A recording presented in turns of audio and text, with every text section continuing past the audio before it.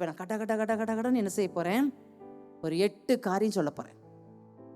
இந்த கிருபையை எப்பவும் தக்க வைத்துக்கொள்ள எப்படி இருக்க வேண்டும் என்று சொல்லி நான் சொல்ல போகிறேன். இந்த கிருபையை எப்பொழுதும் நம்ம என்ன செய்யணும், எப்படி வைத்துக்கொள்ள வேண்டும் நம்மோடு கூடவே என்று சொல்லி 8 காரியம் சொல்ல போகிறேன். முதலாவது, அவரை நோக்கி கூப்பிடும் பொழுது. 2வது, அவருடைய ஆலயத்தில் வந்து அவரை நோக்கி கூப்பிடணும். 3வது, அதிகாலையில் அவரை வந்து தேட வேண்டும். 4வது, அவருக்கு பயப்படும் பயத்தோடு அவரை என்ன செய்ய வேண்டும், சேவிக்க அவங்கள ஒப்பு கொடுக்கணும். 5வது, அவரை நம்பி அவருக்கு பயந்து அவர்கிட்ட வர. 6வது காரியம், அவர் பாதையில் நீங்க நடந்ததுக்கு அப்புறம் உட்கார. 7வது காரியம் என்ன தெரியுமா, தாழ்மை உள்ளவர்களுக்கு என்ன செய்வாரு, நம்முடைய வாழ்க்கையில தாழ்மையா இருந்தா கிருபை பெற்றுக்கொள்ளலாம். கடைசியாக இத்தனை கேரக்டர்ஸ் நம்ம நல்லா இருந்து தேவ சமூகத்துல போய் காத்திருந்தோம்னு வச்சுக்கோங்களேன், கிருபை பெற்றுக்கொள்ளும்.